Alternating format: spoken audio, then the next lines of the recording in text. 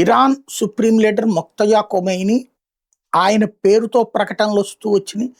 ఆయన మాట్లాడిన మాట కానీ, ఆయనకి సంబంధించినటువంటి వీడియో కానీ రాలేదు.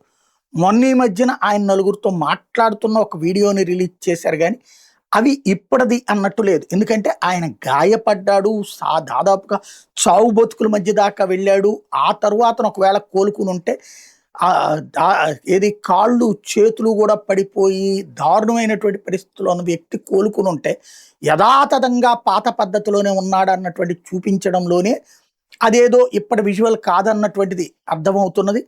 బట్ ఎక్కడున్నాడు ఏంటి అన్నటువంటిది బయట పెట్టకుండా నడిచింది. అయితే ఇప్పుడు తాజాగా ఒక అమెరికా, ఇజ్రాయెల్ కాకుండా ఈ దఫా యుఏఈ, యునైటెడ్ అరబ్ ఎమిరేట్స్కి సంబంధించినటువంటి వ్యవస్థ, సైన్యము ఇజ్రాయెల్ వాళ్ళతో కలిసి ఒక అటాక్ చేసింది, ఎయిర్ స్ట్రైక్ చేసింది, హై లెవెల్ ఇరానియన్ మిలిటరీ బేస్ని ధ్వంసం చేసింది.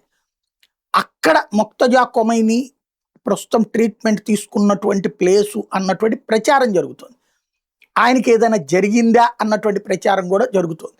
వాస్తవాన్ని ధృవీకరించాల్సిన అవసరం ఉంది, భవిష్యత్తులో కానీ తేలదు.